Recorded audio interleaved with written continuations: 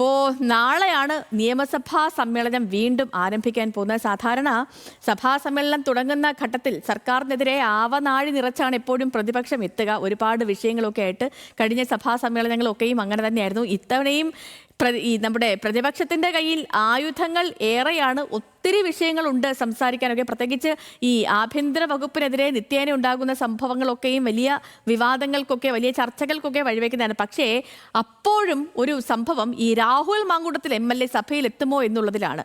Police station മർദ്ദനങ്ങൾ ഉയർത്തി സഭ പ്രക്ഷുബ്ധമാക്കാനുള്ള പ്രതിപക്ഷ നീക്കം, മലയോര ജനതയ്ക്ക് അതിനിർണായകമായ 2 ബില്ലുകൾ ഈ സമ്മേളന കാലയളവിൽ സഭയിൽ എത്തുന്നുമുണ്ട്. അപ്പോൾ അഞ്ജു ജയപ്രകാശിനോട് ചോദിക്കാം, എങ്ങനെയാണ് നിലവിലെ നീക്കങ്ങളും കാര്യങ്ങളും പുറത്തുവരുന്ന റിപ്പോർട്ടുകളും എന്നൊക്കെ. Anju, good morning.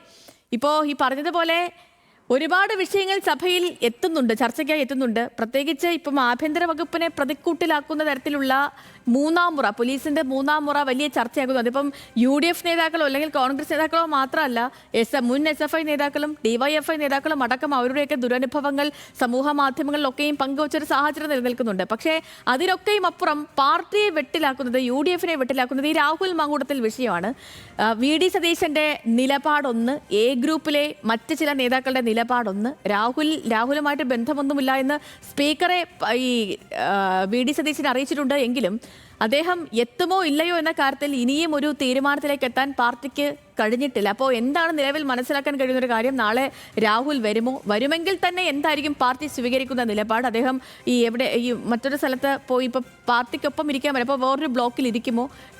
ഈ സർക്കാർ ഇതിനെതിരെ അല്ലെങ്കിൽ ഭരണപക്ഷം ഇതിനെതിരെ പ്രതിരോധം തീർത്താൽ അല്ലെങ്കിൽ പ്രതിഷേധിച്ചാൽ അതിനെ എങ്ങനെ പ്രതിരോധിക്കാനാണ് കോൺഗ്രസിന്റെ തീരുമാനം? എന്താണ് പുറത്തു വരുന്ന വാർത്തകളൊക്കെ? Manju, good morning.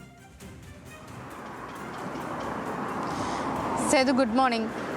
എന്തായാലും എല്ലാ തവണയും പോലെ ഇത്തവണയും സഭ പ്രക്ഷുബ്ധമാകും എന്ന കാര്യത്തിൽ ഒരു സംശയവുമല്ല. കാരണം ഇരുപക്ഷത്തിന്റെ കയ്യിലും ആയുധങ്ങൾ ഒരുപാടാണ്. നേരത്തെ സേതു സൂചിപ്പിച്ചതുപോലെ ഭരണപക്ഷത്തിന്റെ കാര്യം എടുക്കുകയാണെങ്കിൽ ആഭ്യന്തര വകുപ്പിനെ പ്രതിക്കൂട്ടിൽ നിർത്തുന്ന തരത്തിലുള്ള എല്ലാ കാര്യങ്ങളും കോൺഗ്രസിന്റെ കയ്യിലുണ്ട്. കാരണം കസ്റ്റഡി മർദ്ദനവുമായി ബന്ധപ്പെട്ടിട്ടുള്ള തുടർക്കഥകൾ ഓരോ ഭാഗത്തു നിന്ന് ഉയർന്നു വരികയാണ്. അവസാനം കസ്റ്റഡി മർദ്ദനം മാത്രമല്ല, പോലീസിന്റെ മുഖച്ഛായ തന്നെ ആഭ്യന്തര വകുപ്പിനെ മുൻനിർത്തി ഉയർത്തിക്കാട്ടാൻ പോലീസിന്റെ മുഖച്ഛായ തന്നെ ഇടിച്ചു താഴ്ത്തുന്ന തരത്തിലുള്ള പ്രവൃത്തികൾ കഴിഞ്ഞ കുറച്ചു ദിവസങ്ങളായിട്ട് വാർത്തകൾ നിറഞ്ഞു നിൽക്കുകയാണ്. ഏറ്റവും ഒടുവിൽ തൃശ്ശൂരിലെ KSU നേതാക്കളെ കോടതിയിൽ മുഖംമൂടി ധരിച്ച് ഹാജരാക്കിയതുമായി ബന്ധപ്പെട്ട അടക്കം വലിയ തരത്തിലുള്ള പ്രതിഷേധമൊക്കെ ഉയർന്നു വന്നത് നമ്മൾ ഇന്നലെ അടക്കം കണ്ടതാണ്. അപ്പോൾ അത്തരത്തിൽ ഈ സർക്കാരിനെതിരെ ആഭ്യന്തര വകുപ്പിനെതിരെ കടുത്ത പ്രക്ഷോഭം ഉയർത്തും എന്ന കാര്യത്തിൽ ഒരു സംശയവുമില്ല.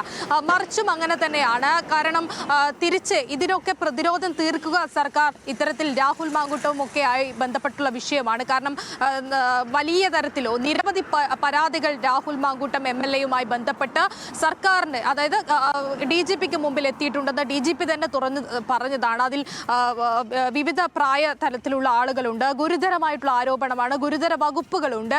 അപ്പോൾ അത്തരത്തിലുള്ള കാര്യങ്ങൾ തിരിച്ചും സർക്കാർ തിരിച്ച് പ്രതിരോധം തീർക്കുമ്പോൾ അത്തരത്തിലുള്ള കാര്യങ്ങൾ ഉപയോഗിക്കും. പക്ഷേ അതിനെ മറിച്ച് പ്രതിരോധിക്കുക UDF.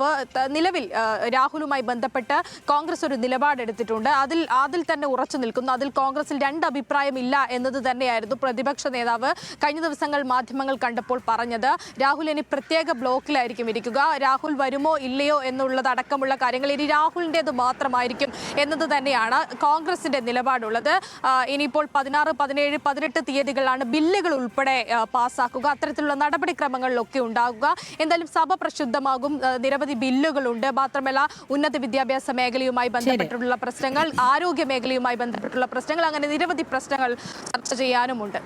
ഓക്കെ അഞ്ജു, ശരി. അപ്പോൾ അഞ്ജു തുടക്കത്തിൽ പറഞ്ഞതുപോലെ തന്നെ സഭ പ്രക്ഷുബ്ധമാകുമെന്ന കാര്യത്തിൽ സംശയമൊന്നുമില്ല. ഇനി ഏത് വിഷയത്തിലൊക്കെയാണ് പ്രക്ഷുബ്ധമാകുന്നത് എന്ന കാര്യത്തിൽ മാത്രമാണ് നമ്മൾ ഇനി കാത്തിരിക്കേണ്ട ഒരു കാര്യം. ഈ നേതാക്കളുടെയൊക്കെ പ്രതികരണമൊന്നും ഈ വിഷയത്തിൽ വരാനുള്ള സാധ്യതയൊന്നും കാണുന്നില്ല നിലവിൽ. നോക്കാം, ഇങ്ങനെയെങ്കിലോ ഇന്ന് ആരെങ്കിലും ഒക്കെ പ്രതികരിക്കുക. കാരണം നാളെ ഇനിയിപ്പോൾ സഭാ സമ്മേളനം തുടങ്ങുകയാണല്ലോ.